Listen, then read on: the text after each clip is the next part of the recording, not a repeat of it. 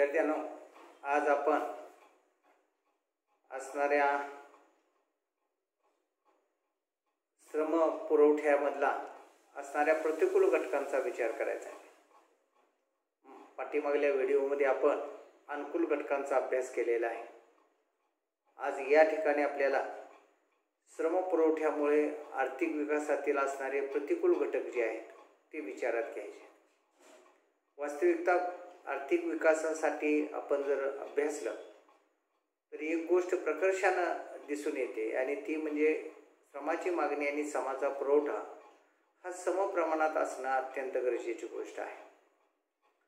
पण बऱ्याच वेळा काही वेळा आपल्याला असं दिसून येईल की या श्रम पुरवठ्याचे असणारे जरी आपल्याला काही अनुकूल परिणाम दिसत असले किंवा श्रमाच्या पुरवठ्यात वाढ होते आहे, कृषी विकासात वाढ होते आहे किंवा बाजारपेठांचा विस्तार होतो आहे, लोकसंख्या चा असणारा परिणाम जो आहे त्याच्यामुळे गुंतवणूक मध्ये वाढ होते आहे, औद्योगिक विकासात वाढ होते आहे, लाभ क्षमतेत वाढ होते आहे। या सगळ्या घटकांचा आपण उहापोह यापूर्वी केलेला आहे की ज्यामुळं आर्थिक विकासामध्ये अतिशय अनुकूल अशा प्रकारची भूमिका ही श्रम पुरवठ्याची राहिलेली आहे। आज या ठिकाणी आपल्याला जो अभ्यास करायचा आहे त्याच्यामध्ये श्रम पुरवठ्याची दुसरी जी बाजू आहे की जी प्रतिकूल आहे की आर्थिक विकासावरती आपल्याला असं दिसून येईल की प्रतिकूल परिणाम होत असतो। कारण ज्यावेळी श्रमाचा अतिरिक्त पुरवठा होत असतो त्यावेळी अनेक प्रकारच्या अडचणी निर्माण होत असलेल्या आपल्याला दिसतात आणि त्यापैकी पहिली गोष्ट म्हणजे कृषी व्यवसायावरचा असणारा वाढता भार त्याच्यामुळे तयार होतो। आणि ही परिस्थिती आजही आपल्यासारख्या भारतासारख्या विकसनशील देशामध्ये प्रकर्षाने दिसून येते की भारतामध्ये आपण जर बघितलं तर बहुसंख्य लोकसंख्या जी आहे ती एकतर ग्रामीण भागात राहते आणि ग्रामीण भागातील असणारा शेती व्यवसाय जो आहे त्या शेती व्यवसायावरती हा लोकसंख्येचा जो भार आहे तो दिवसेंदिवस वाढत गेलेला आपल्याला दिसतो। म्हणजे एकंदरीत आपण जर पाहिलं तर आपल्याला एक गोष्ट प्रकर्षाने दिसते की श्रमपुरवठ्यात जेवढ्या प्रमाणात वाढ होते आहे म्हणजे श्रमपुरवठा भूमिती श्रेणीनं वाढत असलेला आपल्याला दिसतो की 2, 4, 6, 8, 10 आणि तेवढ्या प्रमाणात आपला असणारा अन्नधान्य वाढत नाही, ते गणिती श्रेणीनं वाढत असलेलं आपल्याला आढळून येतं आणि ते म्हणजे 1, 2, 3, 4, 5। आता हे डिफरन्स असलेला आपल्याला दिसतो। म्हणजे एका बाजूनं असणाऱ्या शेती व्यवसायामध्ये श्रमिकांचं प्रमाण वाढत जाते आणि दुसऱ्या बाजूनं तेवढ्या प्रमाणात आपल्याला अन्नधान्य उत्पादन होत नाही किंवा शेती उत्पादन आपल्याला मिळत नाही आणि त्यामुळं साहजिकच त्याचे अनेक दुष्परिणामही होत असतात। एक तर शेतीवरचा ताण वाढत जातो आहे, त्यामुळं अतिरिक्त असणारे आपल्याला असं दिसून येईल की लोकांचं प्रमाण त्याच्यामध्ये निर्माण होत आहे आणि याच्यामध्ये आपण जर बघितलं तर ज्याला छुपी बेरोजगारी म्हणतो, डिस्गस्ड अनएम्प्लॉयमेंट, ही छुपी बेरोजगारी त्याच्यामध्ये जास्त असलेली आपल्याला दिसते। दुसरा भाग असा की श्रमाचा पुरवठा प्रचंड प्रमाणात वाढत असल्यामुळं किंवा जास्त प्रमाणात वाढत असल्यामुळं कमी मजुरीवरती काम करावं लागतं। याचं कारण असं की म्हणजे काम मागणाऱ्यांची संख्या जास्त आणि काम देणाऱ्यांचं प्रमाण कमी आणि त्यामुळं मजुरी दरात घट होत असलेले आपल्याला दिसते, उत्पादकतेत श्रमिकांच्या घट होत असलेले आपल्याला दिसते, बचत आणि गुंतवणुकीमध्ये त्या आपल्याला असं दिसून येईल की त्याची सुद्धा क्षमता कमी होत असलेले आपल्याला दिसते। म्हणजे श्रमाचा वाढता भार जो आहे तो जमिनीवरती अतिरिक्त भार निर्माण करतो आणि त्यामुळं श्रमाची वाढती स्थिती ही कृषी व्यवसायाला नेहमीच मारक ठरत असलेले आपल्याला दिसते। म्हणजे एकंदरीत आपण जर पाहिलं तर मात्र हे चित्र आपल्या भारतासारख्या विकसनशील देशामध्ये तर प्रकर्षाने आढळतं। दुसरा भाग असा की दरडोई उत्पन्नामध्ये घट होत असलेले आपल्याला दिसते। म्हणजे वाढता श्रमाचा पुरवठा आणि दरडोई उत्पन्न याच्यामध्ये परस्पर संबंध आहे। याचं कारण असं की पुरवठ्यात वाढ होते त्यावेळी आपल्याला असं दिसून येईल की उपभोग्य वस्तूंचा असणारा पुरवठा जो आहे तो वाढत्या असणाऱ्या श्रमिकाच्या प्रमाणात वाढत नाही, तो कमी पडतो आणि त्यामुळे त्याच्या किमती वाढतात। कारण मागणी जास्त पुरवठा कमी, त्यामुळे साहजिकच आपल्याला असं दिसून येईल की पुरवठ्यापेक्षा जेव्हा मागणी जास्त होते तेव्हा ऑटोमॅटिकलीच किमती वाढवल्या जात असलेल्या आपल्याला दिसतात आणि त्यामुळं श्रमिकांचा उपभोग खर्च जो आहे तो उपभोग खर्च वाढत असलेला आपल्याला दिसतो आणि त्यामुळं परिस्थितीमध्ये उपभोग खर्च वाढल्यामुळं मजुरीचं प्रमाण कमी झाल्यामुळं म्हणजे एका बाजूनं श्रमिकांची आर्थिक उत्पन्नाची स्थिती कमी होत जाते आणि दुसऱ्या बाजूनं किमती वाढत असल्यामुळं उपभोगावरचा खर्च वाढत जातो आणि त्याचा दुष्परिणाम असा होतो की प्रत्येक व्यक्तीच्या पाठीमागे येणारे जे दरडोई उत्पन्न आहे हे दरडोई उत्पन्न घटत असलेलं आपल्याला दिसतं आणि म्हणून उत्पन्नातील जी वृद्धी आहे ती वृद्धी कमी होत असलेली आपल्याला दिसते आणि याला श्रमाचा पुरवठा हाच जबाबदार असलेला आपल्याला दिसतो. त्यामुळं त्याचा असणारा श्रमिकांचा जो खर्च आहे उदरनिर्वाहासाठी असेल, शिक्षणावरचा असेल, हा खर्च मात्र वाढत जाणार असलेला आपल्याला दिसून येतो आणि त्यामुळं दरडोई उत्पन्नामध्ये उत्तरोत्तर जी घट आहे ही घट मात्र निर्माण होत असलेली आपल्याला दिसून येते. बेकारीची असणाऱ्या समस्येत वाढ होते आहे, कारण साहजिकच मी म्हणलं की पुरवठा जास्त आहे आणि मागणी कमी आहे आणि त्यामुळं अनेकांना बेरोजगार राहावं लागत असलेलं आपल्याला दिसतं. विकसनशील देशामध्ये किंवा अविकसित देशामध्ये हे प्रमाण प्रकर्षानं जाणवतं. याचं कारण असं की इथल्या लोकसंख्या वाढीचा वेग हा मोठा असतो आणि त्या मानानं कामाची उपलब्धता ही फार कमी असते आणि त्यामुळं यांच्यामध्ये असणारी बेरोजगारी वाढत जाते आणि विविध प्रकारातली. मग काही वेळा उघड बेरोजगारी असते, काही वेळा मी मगाशी बोलल्याप्रमाणे छुपी बेरोजगारी असते. काय आपल्याकडे शेतीचा हंगाम जर बघितला तर जून ते ऑक्टोबर एवढ्याच काळामध्ये रोजगार असतो. ऑक्टोबर नंतर पुन्हा हंगामी बेरोजगारी तयार होत असते. म्हणजे एकंदरीत जेवढ्या प्रमाणात संपुरवठा वाढतो तेवढ्या प्रमाणात साधनसामुग्रीमध्ये वाढ होत नाही आणि बचत आणि गुंतवणुकीमध्ये घट होत असल्यामुळं साहजिकच रोजगाराच्या नवीन संध्या निर्माण होत नाहीत आणि म्हणून श्रमिकांच्या असणाऱ्या पुरवठ्यामध्ये आपल्याला असं दिसून की वाढीमुळं किंवा पुरवठ्यातील जी वाढ घडून येते त्या वाढीमुळं बेरोजगारीची असणारी समस्या जी आहे ती तीव्र होत असलेली आपल्याला दिसते आणि हे जसे ॲग्रिकल्चर्समध्ये आहे तसे औद्योगिक क्षेत्रामध्ये आहे तसे सेवा क्षेत्रामध्ये सुद्धा असलेले आपल्याला दिसते. म्हणजे प्रत्येक ठिकाणी आज सॅच्युरेशन झालेलं आपल्याला दिसतं, कारण काम मागणाऱ्यांची संख्या जास्त आहे परंतु त्या प्रमाणात आपल्याला असं दिसून येईल की कामाची उपलब्धता नाही आणि कामाची उपलब्धता नसल्यामुळं साहजिकच आपल्याला असं दिसून येते की बेरोजगार राहण्याची वेळ या श्रमिकांच्या वरती येत असलेली आपल्याला दिसते. निकृष्ट राहणीमान आहे. म्हणजे एकंदरीत आपण जर बघितलं तर ज्यावेळी लोकांचं दरडोई उत्पन्न घडतं त्यावेळी लोकांना चांगल्या प्रकारच्या सोयीसुविधा निर्माण करून घेता येत नाही आणि त्यामुळं मूलभूत गरजा ज्या आहेत, अन्न असेल, वस्त्र असेल, निवारा असेल, आरोग्य असेल, पाणी असेल, शिक्षण असेल, करमणूक असेल, वाहतूक सुविधा असतील इत्यादीच्या मागणी वाढते परंतु तेवढ्या प्रमाणात आपल्याला असं दिसून की श्रम पुरवठ्यात वाढ झाल्यामुळे ह्या सगळ्या गोष्टी लागणार. अन्नाची गरज लागणार, वस्त्रांची गरज लागणार, निवाऱ्याची गरज लागणार, शिक्षणाची गरज लागणार, पाण्याची गरज लागणार. म्हणजे आपण जर बघितलं तर ह्या ज्या मूलभूत गरजा आहेत, फंडामेंटल वॉन्ट्स ज्याला आपण म्हणतो, या मूलभूत गरजांचं प्रमाण वाढत जातं आणि तेवढ्या प्रमाणात आपण जर पाहिलं तर आपल्याला असं दिसून येईल की त्याचा फायदा आपल्याला मिळत नाही आणि त्याचा फायदा मिळत नसल्यामुळं साहजिकच आपण जर बघितलं तर उत्पादनाच्या एखाद्या विशिष्ट क्षेत्रापेक्षा किंवा क्षेत्रात मर्यादेपेक्षा जास्त ज्यावेळी श्रमपुरवठा होतो त्यावेळी एक लक्षात घ्या उत्पादनाच्या असणाऱ्या पुरवठ्यात वाढ होत नाही आणि त्यामुळं असणाऱ्याच उत्पादनावरती आपल्याला असं दिसून की अवलंबून राहावं लागतं आणि त्यामुळं मागणी जास्त, पुरवठा कमी, त्याच्या किमती वाढत जातात आणि त्यामुळं राहणीमानाची पातळी जी आहे ते दिवसेदिवस घसरत जात असलेले आपल्याला दिसते. त्याचबरोबर आपण जर पाहिलं तर आपल्याला असं दिसतं की त्याच्यानंतरचा जो परिणाम आहे तो भांडवल निर्मितीमध्ये घट होत असलेली आपल्याला दिसते आहे. म्हणजे श्रमाचा पुरवठा आणि भांडवल निर्मिती यांच्यामध्ये सुद्धा एक परस्पर संबंध असतो, कारण विकसनशील देशामध्ये आपण जर पाहिलं तर वाढती लोकसंख्या ही भांडवल निर्मितीमधला एक मोठा अडथळा ठरलेला आहे. म्हणजे एकंदरीत भांडवल निर्मितीसाठी बचत आणि गुंतवणूक वाढणं महत्त्वाचं असतं आणि ही बचत आणि गुंतवणूकच वाढत नसल्यामुळं साहजिकच भांडवल निर्मिती होत नसलेली आपल्याला दिसते, कारण श्रमिकांचं उत्पन्न दिवसेंदिवस घटत जातं आणि घटत असल्यामुळं आपल्याला असं दिसेल की त्यांना लागणारं किंवा त्यांच्या मुलांच्यासाठी लागणारा पालनपोषणाचा खर्चसुद्धा वाढत जातो, उपभोग खर्चात वाढ होते. त्यामुळे उत्पन्न जे मिळतंय ते शिल्लकच राहत नाही आणि शिल्लक राहिल्यामुळं बचत नाही आणि बचत नसल्यामुळं साहजिकच गुंतवणूक नाही, कारण S is equal to the I हे समीकरणच असतं. म्हणजे जेव्हा बचत वाढत असते तेव्हा बस्तीचा उपयोग हा गुंतवणुकीसाठी केला जातो, त्यामुळे गुंतवणूक ऑटोमॅटिकली वाढत असते. पण लोकांची बचतच आपल्याला असं दिसून की कमी होत असते किंवा बस्तीवरतीच त्याचे प्रतिकूल परिणाम होत असतात. त्यामुळे साहजिकच गुंतवणुका निर्माण होत नसलेल्या आपल्याला दिसतात आणि श्रमाच्या वाढत्या पुरवठ्यामुळं मग शाळा असतील, दवाखाने असतील, वाहतूक असेल, पाणी पुरवठा असेल इत्यादी सोयी सुविधा उपलब्ध करून देण्यामध्ये खर्चात वाढ करावी लागते आणि त्याचा परिणाम हा जे काय बेसिक आपण म्हणतो भांडवल निर्मिती व्हायला पाहिजे किंवा औद्योगिक क्षेत्रासाठी, सेवा क्षेत्रासाठी, कृषी विकासासाठी किंवा प्राथमिक क्षेत्राच्या विकासासाठी ती भांडवल निर्मिती याच्यामध्ये होत नाही. आणि त्यामुळं भांडवल निर्मितीमध्ये घट होत असलेली आपल्याला दिसते.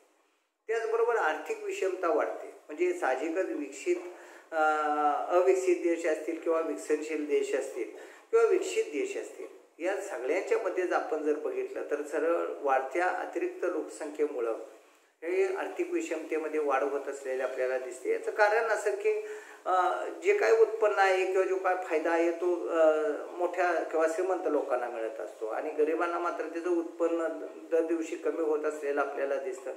कारण रोजगार मागणाऱ्यांची संख्या जास्त आहे आणि देणाऱ्याचे प्रमाण कमी आहे.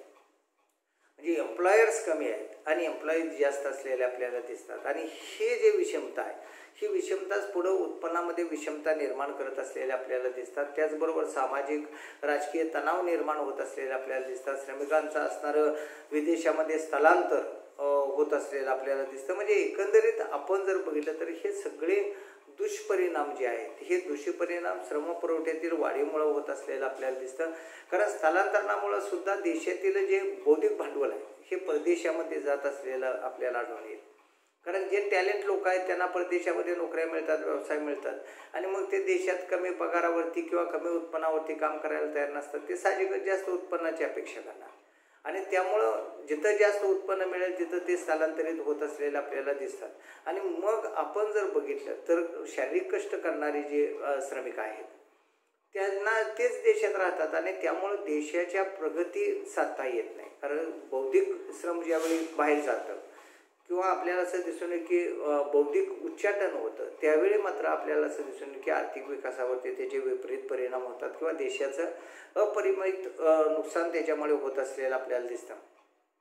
आणि या श्रमपुरवठ्याच्या वाढीमुळं उत्पन्न कमी होणं किंवा दुसऱ्या बाजूनं आपल्याला असं दिसून येईल की देशातील असणारे बुद्धिमान लोक हे परदेशात निघून जाणं आणि या सगळ्याचा परिणाम हा आर्थिक विकासातील अडथळा निर्माण होत असतो. आणि त्याचबरोबर आर्थिक विषमतेमध्ये भर घातली जात असलेली आपल्याला दिसते. म्हणजे दिवसेंदिवस वाढ होत असलेली आपल्याला दिसून येते. म्हणजे ही आर्थिक विषमता जी आहे ती प्रचंड प्रमाणात वाढत असलेली आपल्याला आढळून येते. त्याचबरोबर यानंतर आपल्याला जो विचार करायचा तो अत्यंत महत्त्वाचा आहे की श्रमाची गतिशीलता. गतिशीलता याचा अर्थ असा की एका ठिकाणावरून दुसऱ्या ठिकाणी जाणं असेल किंवा आपल्याला असं दिसून येईल की एखादं गाव, एखादं शहर, एखादा प्रांत वेळप्रसंगी देश सोडून इतर ठिकाणी किंवा दुसरीकडे ज्यावेळी जात असतात त्यावेळी जाण्याची जी प्रक्रिया आहे ती जर जलद गतीनं होत असेल तर साहजिकच आपल्याला असं दिसेल की श्रमिकांची गतिशीलता ही सहज आणि सुलभ होत असलेली आपल्याला आढळते. वास्तविकता भारतासारख्या विकसनशील देशामध्ये आपण जर बघितलं तर आपल्याला हे चित्र मात्र प्रकर्षानं दिसतं. म्हणजे की गतिशीलता जी आहे ती भारतामधली कमी आहे. परंतु परकीय देशामध्ये की जिथं प्रगती होत असते अशा प्रगतशील देशामध्ये मात्र ही गतिशीलता जास्त असलेली आपल्याला दिसते. आणि म्हणून त्याचाही आपल्याला विचार करायचा की ह्या गतिशीलतेचे नेमकं कशा स्वरूप असतं किंवा कशा प्रकारचे गतिशीलतेचे प्रकार असतात याचाही विचार या असणाऱ्या निमित्तानं आपल्याला करावायचा आहे.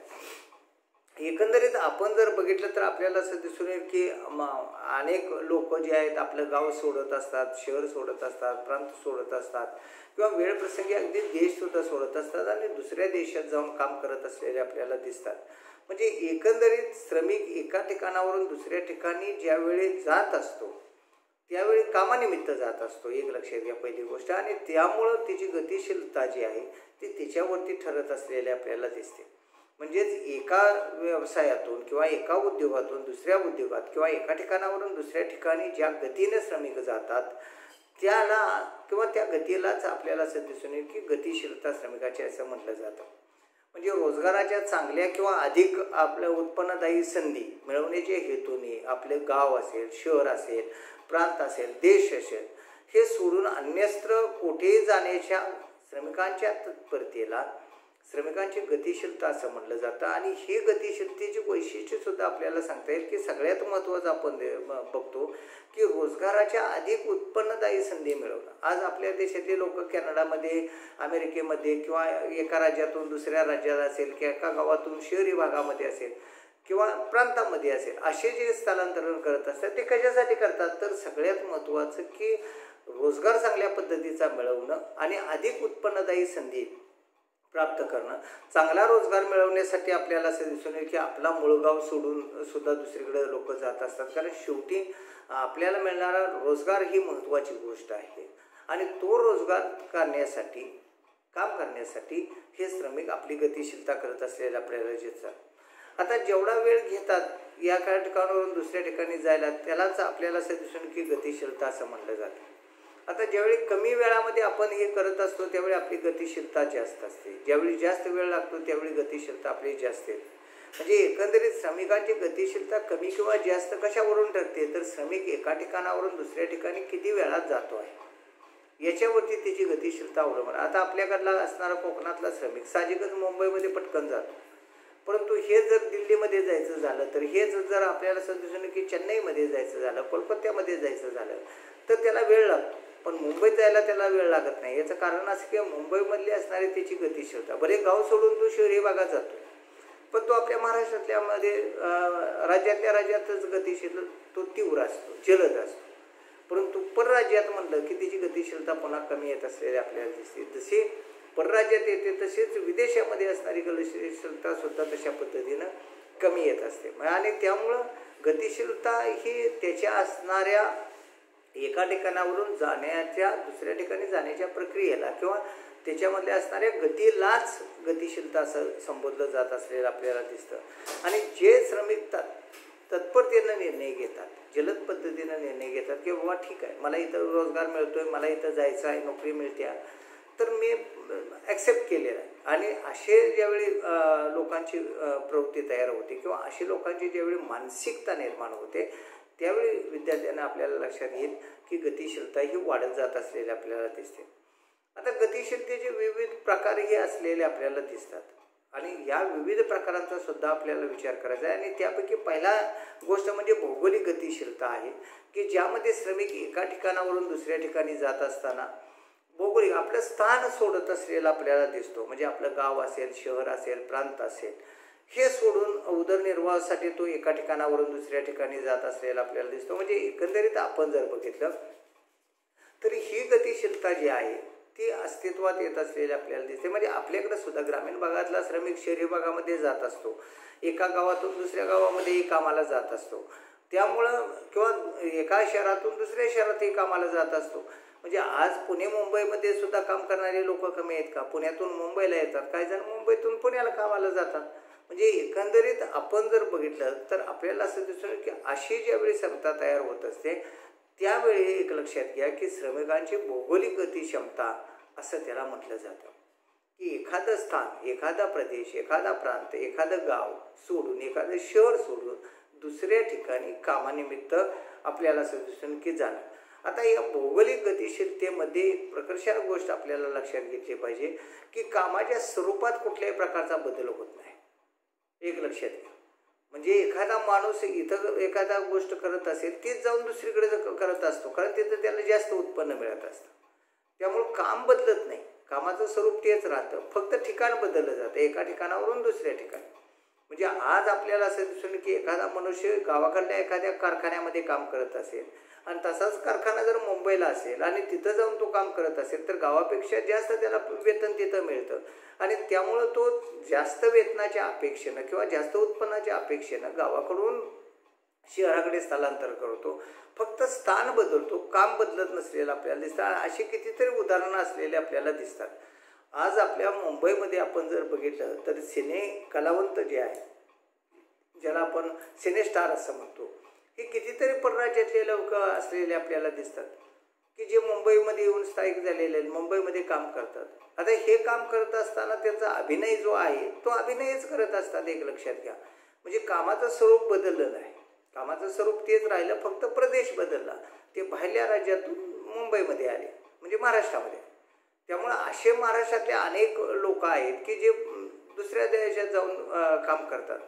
समजा एखाद्याची कलेक्टरपदी नियुक्ती झाली किंवा निवड झाली तर आपल्याला असं दिसून की जिल्हाधिकाऱ्याचं काम महाराष्ट्रामधल्या असणारे जिल्हाधिकाऱ्याचं काम असेल किंवा ते राजस्थानच्या जिल्हाधिकाऱ्याचं काम असेल किंवा हरियाणामधल्या जिल्हाधिकाऱ्याचं काम असेल किंवा खाली तामिळनाडूच्या जिल्हाधिकाऱ्याचं काम. जिल्हाधिकाऱ्याचं काम जे आहे ते सगळीकडे सारखंच आहे.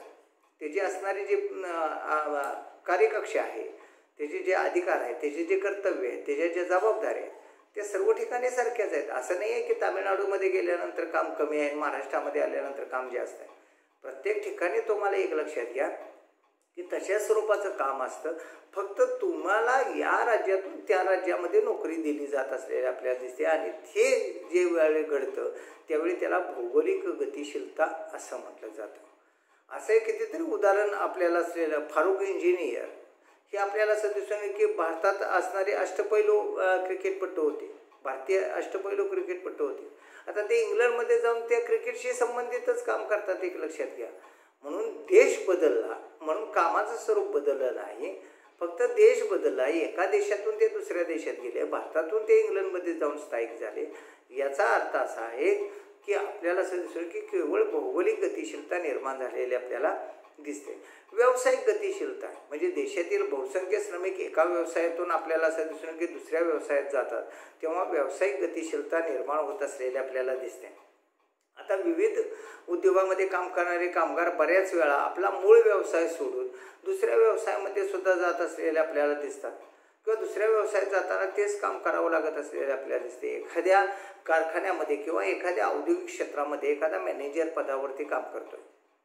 आता त्या व्यक्तीनं समजा आपण असं म्हणू की एक्सेल इंडस्ट्रीमध्ये काम करतो, MD म्हणून काम करतो, मॅनेजिंग डायरेक्टर म्हणून काम करतो. आता तो जर एक्सेल इंडस्ट्री सोडून घरडा केमिकल्समध्ये गेला MD पदावरती, तर आपल्याला असं दिसून येतं की एका व्यवसायातून तो दुसऱ्या व्यवसायात गेला पण कामाचं स्वरूप तेच राहिलं. अशा असणारे आता अनेक आपले लोक गुजरातमध्ये अनेक केमिकल इंडस्ट्रीमध्ये आहेत, मॅन्युफॅक्चरिंग इंडस्ट्रीमध्ये आहेत. याचं कारण असं की इथल्यापेक्षा तिकडे त्यांना वेतन जास्त मिळतं, फायदे जास्त मिळतात, फॅसिलिटीज जास्त मिळतात, सुविधा जास्त मिळतात. आणि त्यामुळं ते एखादा व्यवसाय सोडून दुसऱ्या व्यवसायामध्ये जात असतात. पण गेले तरी कामाचं स्वरूप मात्र आपल्याला असं दिसून येईल की तेच काम करण्यासाठी ते जात असलेले आपल्याला दिसतात. म्हणजे हे श्रमिक जे आहेत हे केवळ व्यवसाय बदलतात, एका व्यवसायातून दुसऱ्या व्यवसायामध्ये जातात. एखादा केमिकल फॅक्टरीमधला सुद्धा मॅनेजिंग डायरेक्टर एखाद्या असणाऱ्या फार्मास्युटिकलमध्ये जाईल किंवा एखाद्या असणाऱ्या मॅन्युफॅक्चरिंग कंपनीमध्ये जाईल, पण जाताना तो MD म्हणूनच जाईल, मॅनेजिंग डायरेक्टर म्हणूनच जाईल. त्यामुळं एक लक्षात घ्या. आता तो का जाईल तर त्याला वेतन जास्त मिळेल, त्याला सुविधा जास्त मिळत असतील, त्याचा काहीतरी फायदा त्याच्यामध्ये असेल. आणि त्यामुळं तो काय करतो की मूळ व्यवसाय सोडतो किंवा मूळ कारखान्यातून मूळ उद्योगातून दुसऱ्या उद्योगामध्ये जात असलेला आपल्याला दिसतो. हॉरिझॉन्टल मोबिलिटी असलेली आपल्याला दिसते, म्हणजे क्षितिज समांतर आपण ज्याला म्हणतो, किंवा समपातळी. हे समपातळी असणारी गतिशीलता सुद्धा सगळ्यात महत्त्वाची आहे. म्हणजे एक पहिली भौगोलिक गतिशीलता झाली, व्यावसायिक गतिशीलता झाली, आता समपातळी गतिशीलता ही सुद्धा. किंवा एखाद्या व्यक्ती एखादा व्यवसायातून दुसऱ्या व्यवसायात जातो तेव्हा त्याचे काम मात्र पूर्वीसारखेच असते, एक लक्षात घ्या. फक्त व्यवसाय बदललेला आहे. केमिकल कंपनीत काम करत असेल, फार्मास्युटिकलमध्ये गेला, फार्मास्युटिकल कंपनीत काम करत असेल, मॅन्युफॅक्चरिंगमध्ये गेला. म्हणजे एकंदरीत आपल्याला असं दिसून येईल की किंवा एखादा महिंद्रा कंपनीतला माणूस, महिंद्रा एखाद्या मोटर्समधला माणूस टाटा मोटर्समध्ये गेला. त्यामुळं आपल्याला असं दिसून येईल की हे आणि त्याच पदावरती गेला. विशेष म्हणजे एक लक्षात घ्या की याच्यामध्ये जो काम करत होता इथं जर तो एखादा कामगार म्हणून असेल, लेबर म्हणून असेल, तिथेही लेबर म्हणून गेला तर आपल्याला असं दिसून येईल की समपातळी असतं, कुठेही वरिष्ठ पातळी त्याला मिळालेली नाही. मग इथेही एखादा प्रोडक्ट मॅनेजर आहे, आपण म्हणू की प्रोडक्ट मॅनेजर आहे, उत्पादक ह्याच्यामध्ये आहे, किंवा सेल्फ मॅनेजर आहे, किंवा आपल्याला असं दिसून येईल की ॲडव्हर्टायझिंग मॅनेजर आहे. हे दुसऱ्या कंपनीत जाऊन सुद्धा काम करू शकतात. आणि दुसऱ्या कंपनीत गेल्यानंतर सुद्धा त्याच पदावरती नियुक्ती होत असते की प्रोडक्ट मॅनेजर असेल, सेल मॅनेजर असेल किंवा ॲडव्हर्टायझिंग मॅनेजर असेल, अशा पदावरतीच. किंवा आपल्याला असं दिसून येईल फायनान्स मॅनेजर असेल, अशा पदावरती की जिथं समपातळी आहे, कुठल्याही प्रकारची विषमता नाही, अशा ठिकाणी जेव्हा जातात. म्हणजे एखादा उद्योग समूह सोडून दुसऱ्या उद्योग समूहात जात असताना सुद्धा त्याच पदावरती जातात की जे पहिल्या याच्यामध्ये असलेले आपल्याला दिसतात. आणि लोकांना कसं असतं की वेगवेगळ्या व्यवसायामध्ये एक चांगलं स्टेटस निर्माण होतं. शेवटी कसं आहे की एखाद्या छोट्या उद्योग समूहामध्ये काम करणं आणि एखाद्या मोठ्या, अनेक टाटा मोटर्समधले लोक रिलायन्स समूहामध्ये जातात, बजाज समूहामध्ये जातात. आणि लक्षात याचं कारण असं आहे की हे का होतं असं तर साहजिकच त्याच्या कंपनीचा स्टेटस वाढतो ना, त्याची एक इमेज बदलत असते, किंवा टाटा मोटर्समध्ये काम करतो आहे किंवा रिलायन्समध्ये काम करतो आहे. म्हणजे ह्या स्टेटससाठी ते समपातळी असणारं स्थलांतरण, किंवा आपण असं म्हणू की गतिशीलता, याला स्थलांतरण म्हणता येणार नाही, गतिशीलता आपण म्हणू, की एका व्यवसाय सोडून दुसऱ्या व्यवसायामध्ये त्याच पदावरती जर जात असेल तर आपल्याला असं दिसून येईल की त्याला समपातळी गतिशीलता असं म्हणलं जातं. म्हणजे भारतीय क्रिकेट संघात खेळणारा एखादा खेळाडू उद्या भारतीय क्रिकेट संघातून न खेळता तो इंग्लंडच्या संघातून जरी खेळला तरी तो क्रिकेटरच आहे, आणि त्या क्रिकेटरच पदावरती तो काम करत असलेला आपल्याला दिसतो. म्हणजे दोन्ही स्टेटस जे आहेत त्याचे ते सारखे आहेत, फक्त आतापर्यंत तो भारतीय संघातून खेळत होता, आता तो इंग्लंडच्या संघातून खेळणार आहे. आणि यालाच आपण समपातळी असणारं गतिशीलता म्हणतो. तिसरा प्रकार जो आहे तो आपल्याला चौथा प्रकार जो आहे तो ऊर्ध्वपातीत असणारं किंवा ऊर्ध्वपातळी असणारं गतिशीलता आहे. म्हणजे एखाद्या कनिष्ठ दर्जाच्या असणाऱ्या व्यवसायातून श्रेष्ठ दर्जाच्या व्यवसायाकडे काम करण्यासाठी जातो तेव्हा ऊर्ध्वपातळी गतिशीलता असं म्हटलं जातं. व्हर्टिकल, वरच्या बाजूला जाणं, वरच्या पोस्टवरती जाणं. आणि अशा याच्यामध्ये व्यावसायिक पर्यावरणात आपल्याला असं दिसून येईल की श्रमिकाची गुणवत्ता आणि त्याचं कौशल्य या अधिकच्या लाभ मिळवण्यासाठी तो प्रयत्न करत असलेला आपल्याला दिसतो. म्हणजे उदाहरणार्थ अगदी शिक्षिके पेशात घ्यायचं झालं तर एखाद्या शिक्षकाचा मुख्याध्यापक होणं असेल, एखाद्या शिक्षकाचा प्राचार्य होणं असेल, प्राचार्याचा एखादा कुलगुरू होणं असेल, हे जे आहे की या पदापेक्षा वरच्या पदावरती किंवा वरिष्ठ पदावरती काम करणं, आणि अशासाठी सुद्धा गतिशीलता होत असलेली आपल्याला दिसते. म्हणजे एका व्यक्तीला एका व्यवसायातून दुसऱ्या व्यवसायामध्ये जर बढती जर मिळत असेल तर तो मुंबईला जाईल, नंतर पुण्याला जाईल, नंतर आणखीन चेन्नईला जाईल. म्हणजे एकंदरीत जिथं बढती त्याला मिळेल, जिथं प्रमोशन त्याला मिळेल, अशा ठिकाणी ज्यावेळी श्रमिक जात असतो त्यावेळी त्याला ऊर्ध्वपातळी गतिशीलता असं म्हणलं जातं, की वरच्या पातळीवरती मिळणारे त्याचं स्टेटस बदलत असतं. म्हणजे पोलीस शिपायाचा सब इन्स्पेक्टर होणं हे असतं. आणि आपल्याला असं दिसून येईल की ही ज्या नियुक्ती असतात किंवा ह्या ज्या निवडी असतात किंवा अशा प्रकारची जी गतिशीलता निर्माण होत असते, हे नैसर्गिक गुण असतील, अनुभव असतील, शैक्षणिक पात्रता असेल, ज्येष्ठता असेल, इत्यादी अनेक बाबीवरती अवलंबून असलेले आपल्याला दिसतात. असे हे गतिशीलतेचे आपल्याला असं दिसून येईल की 4 प्रकार जे आहेत ते 4 प्रकार आपल्याला प्रकर्षानं दिसतात. दुसरा भाग असा की श्रमिकांच्या गतिशीलतेमध्ये काही अडथळे निर्माण होतात. आता भौगोलिक गतिशीलतेमधले प्रमुख अडथळे जर आपण बघितले, म्हणजे अडथळे सुद्धा असतात की गतिशीलता का निर्माण होत नाही आहे किंवा का जलदता त्यांच्यामध्ये येत नाही आहे, तर सगळ्यात महत्त्वाचं की वाहतुकीच्या सुविधांचा अभाव आहे. म्हणजे मुंबईमध्ये आपल्याला असं दिसून येईल की विरार ते विटी किंवा विरार ते आपल्याला असं दिसून येईल की चर्चगेट हा पश्चिम मार्ग जो आहे, आता कितीतरी लांबून विरार कितीतरी लांब असलेला आपल्याला दिसतो, पण तिथून ट्रेनच्या सुविधा असल्यामुळे लोक सहज गतिशील होत असलेले आपल्याला दिसतात. पण आपल्यातला माणूस जर आज गुहागरचा रत्नागिरीत जायचं म्हणलं तर त्याला ते शक्य होत नाही, कारण बस प्रवास आणि येणं जाणं हे दररोज शक्य नाही. पण विरारचा माणूस मात्र चर्चगेटला जातो. हे वाहतूक सुविधेतले असणारे गतिशीलतेमुळे येणारे फरक आहे. ज्या देशामध्ये, ज्या ठिकाणी, ज्या प्रांतामध्ये वाहतुकीची सुविधा जलद आहे, आता शहरामधला व्यक्ती जास्त गतिशील असतात का, तर वाहतूक सुविधा जास्त असतात. तिथं काही खाजगी ट्रान्सपोर्ट्स असतात, काही आपल्याला असं दिसून येईल की सार्वजनिक ट्रान्सपोर्ट्स असतात, आणि त्यामुळं तिथं गतिशीलता जी आहे ती गतिशीलता जास्त येते. ग्रामीण भागामध्ये वाहतुकीच्या सुविधा कमी असल्यामुळं साहजिकच आपल्याला असं दिसून येईल की गतिशीलता ही कमी येत असल्यामुळं आपल्याला दिसते. आता तरी अलीकडच्या काळामध्ये मोठमोठ्या शहरांच्यामध्ये मेट्रो येत असल्यामुळं, मेट्रो रेल्वे तयार होत असल्यामुळं आणखीन गतिशीलता त्याच्यामध्ये जलद गतीनं वाढू शकते, कारण कुठल्याही अडथळा त्याच्यामध्ये राहणार नाही. म्हणजे बसच्या याच्यामध्ये सुद्धा गतिशीलता कमी येते, त्या मानानं रेल्वेची गतिशीलता जास्त असते, त्याच्यापेक्षा मेट्रोमध्ये गतिशीलता आपण जर बघितलं तर वाढत जाणारे असलेले आपल्याला दिसते.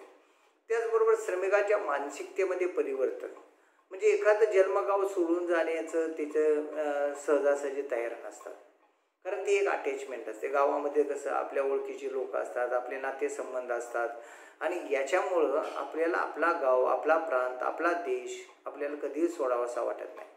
आणि त्यामुळं भावनिकता असते. आपले आईवडील असतात, आपले असणारे इतर कुटुंबातले सदस्य असतात, आणि यांची एक आपली अशी अटॅचमेंट असते की जी भावनिक तयार झालेली असते. आणि त्यामुळं जितकं भावनिक घट्टता निर्माण होत असते तेवढी गतिशीलता कमी येत असते. कारण आपण आपल्या लोकांना सोडून कुठलाही व्यवसाय असेल किंवा कुठलीही नोकरी असेल तर ती स्वीकारायला तयार होत नाही.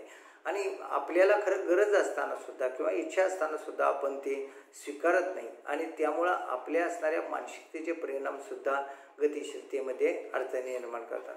काही कायदेशीर बंधनं आहेत. म्हणजे सरकार आपल्या असणाऱ्या अनेक कायदेशीर तरतुदी करत असलेल्या आपल्याला दिसतात.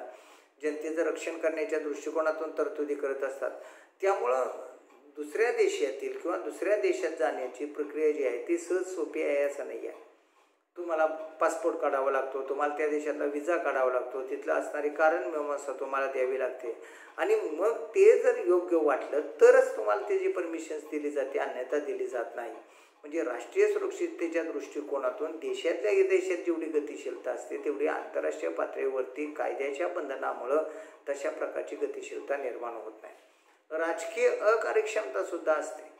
बऱ्याच वेळा आपल्याला असं दिसून येतं की शेजारील राष्ट्राच्या, आता पाकिस्तानमध्ये एखादी चांगली नोकरी मिळाली तरी कोण जाणार नाही, चायनामध्ये मिळाली तरी आपण जाणार नाही. याचं कारण असं की आपलं त्याच्याशी राजकीय वितुष्टता असलेली आपल्याला दिसते आणि त्याचे परिणाम आपल्यावरती असतात की बाबा नाही, भारत विरोधी देश आहेत किंवा आपलं त्यांचं पटत नाही आहे, तिथं काय फार मोठी सुरक्षितता नाही आहे. हे एक असुरक्षिततेची भावना जी आहे, ही असुरक्षिततेची भावनासुद्धा गतिशीलतेवरती परिणाम करत असलेले आपल्याला दिसतात.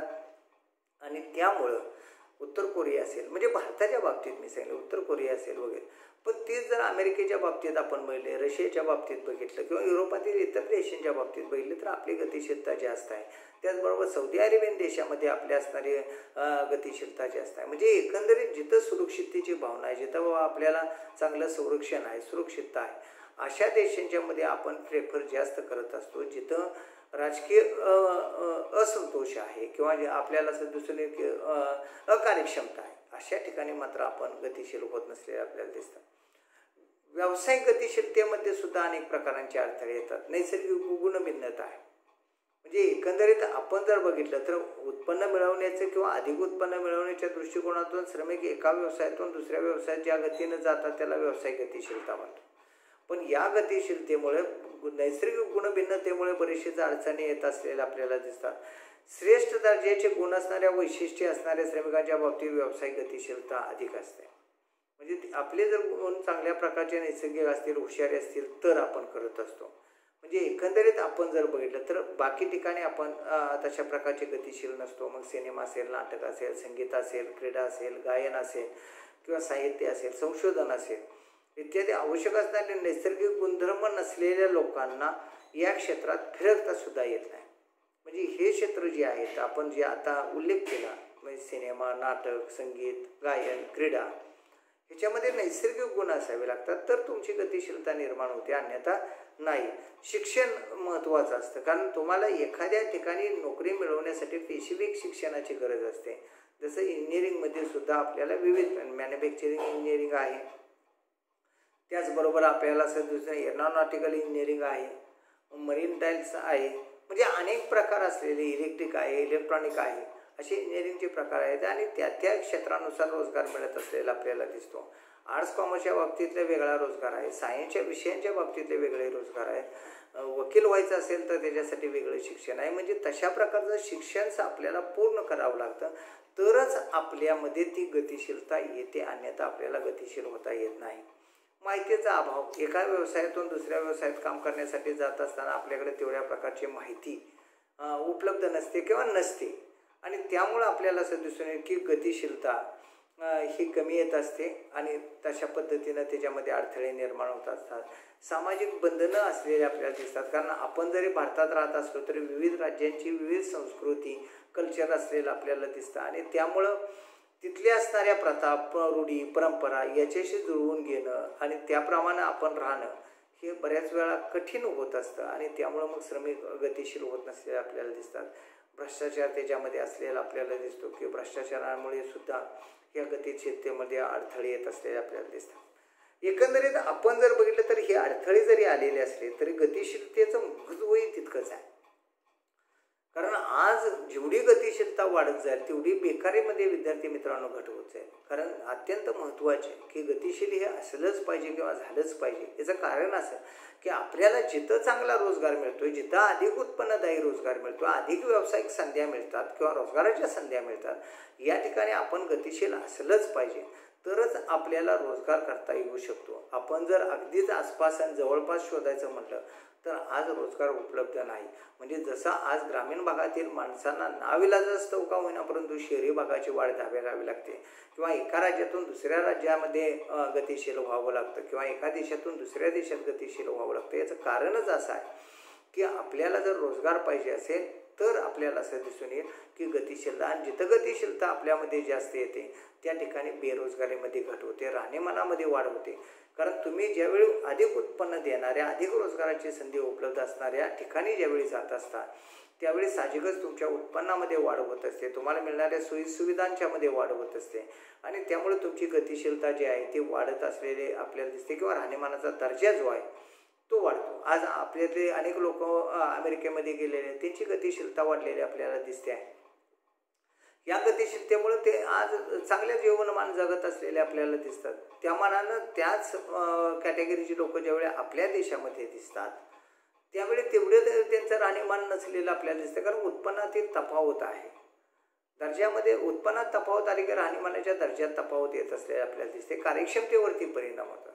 म्हणजे अमेरिकेमध्ये आपण जर बघितलं तर 3 दिवसाचाच आठवडा आहे आणि 3 दिवसाचा आठवडा याचा अर्थ 3 दिवस तुम्हाला ऑफिसमध्ये येऊन काम करावं लागतं, बाकीचे दिवस तुम्ही कुठेही जाऊन काम केलं तरी चालतं. पण टार्गेट प्लस आहे, तुम्हाला टार्गेट ठरवून दिलं जातं, ते तुम्ही त्या आठवड्यामध्ये पूर्ण करून द्यायचं आहे. त्याच्यापेक्षा अधिक दिलं तर ॲप्रिशिएट केलं जातं, त्याच्यापेक्षा कमी दिलं तर तुमच्यावरती ठपका ठेवला जातो. म्हणजे तुम्ही दिलेलं टार्गेट पूर्ण करणं हे बंधनकारक आहे.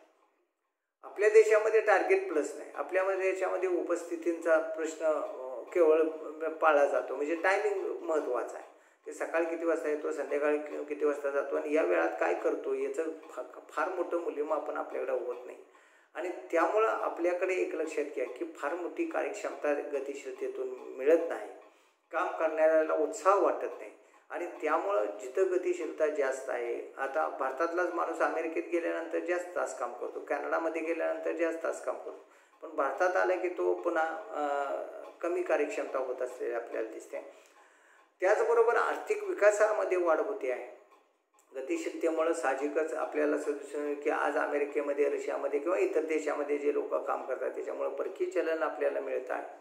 आपल्या देशातले लोक ज्यावेळी एका राज्यातून दुसऱ्या राज्यात, एका प्रांतातून दुसऱ्या प्रांतात किंवा शहरातून शहरात किंवा ग्रामीण भागातून शहरात असं स्थलांतरण करतात त्यावेळी साहजिकच त्यांच्यामुळं उत्पादनामध्ये कुठं ना कुठेतरी भर पडत असते. कारण कुठं ना कुठेतरी ते रोजगार करत असतात, उत्पन्न मिळवत असतात आणि हे उत्पन्न मिळवत असताना त्यांच्या हातून उत्पादनही वाढ होत असते आणि त्यामुळं उत्पादनाचे समावेश हा आर्थिक विकासात होत असल्यामुळं आर्थिक विकास वाढत असलेला आपल्याला दिसतो. बेरोजगारीचे निर्मूलन होत आहे, हळूहळू बेरोजगारी याच्यामुळे कमी होत असलेले आपल्याला दिसते. राष्ट्रीय एकात्मता वाढत असलेली आपल्याला दिसते. कारण आपल्या मुंबईमध्ये आलेले आपण प्रत्येक कुठल्याही राज्यातून येऊ दे तरी आपला मुंबईकर असं आपण समजतो. याचं कारण असं की ते एक अटॅचमेंट तयार होत असलेले आपल्याला दिसते. म्हणजे मग तिथं कुठलाही प्रांतवाद किंवा भेदाभेद आपल्याला दिसत नाही. जरी आपण म्हणत असलो मी मराठी आणि माझे महाराष्ट्र, तरीसुद्धा महाराष्ट्रीयन माणूस कधी दुजाभावाची वागणूक देत नसलेला आपल्याला दिसतो. आणि हे मग इतर राज्यांच्यामध्ये तो प्रसार होत असतो की बाबा इथं हे आहे तर आपण तर त्यांना कशाला हे करायचं. आणि त्यामुळं मग सगळ्या राज्यांच्यामध्ये जरी आमच्यामध्ये भाषिक विविधता असली, धार्मिक विविधता असली किंवा जातीपंथांची विविधता असली तरी एकसंघ जी एकात्मता आपण ज्याला म्हणतो ही एकात्मता इथं तयार होत असते आपल्याला दिसते. आणि जागतिक विकासामध्ये सुद्धा वाढ होत असते. आज अमेरिकेमध्ये, रशियामध्ये, फ्रान्समध्ये, कॅनडामध्ये, इंग्लंडमध्ये अनेक लोक जात असतात, त्यांची लोक आपल्या देशामध्ये येत असतात आणि त्यामुळं ग्लोबल प्रोडक्शनचं जे आहे ते वाढण्यामध्ये अतिशय मोठा हातभार त्यामध्ये लागत असलेला आपल्याला दिसतो. म्हणजे एकंदरीत आपण जर बघितलं तर गतिशीलतेचं महत्त्व या दृष्टिकोनातून सुद्धा अन्यसाधारण असलेलं आपल्याला दिसून येतं. आणि यानंतर जो आपल्याला विचार करायचा आहे तो भारतातील असणाऱ्या शेतमजुरांच्या असणाऱ्या समस्या असतील, स्त्रियांच्या समस्या असतील, लहान मुलांच्या समस्या असतील, याचा विचार करायचा आहे. तो आपण पुढच्या व्हिडिओमध्ये करू.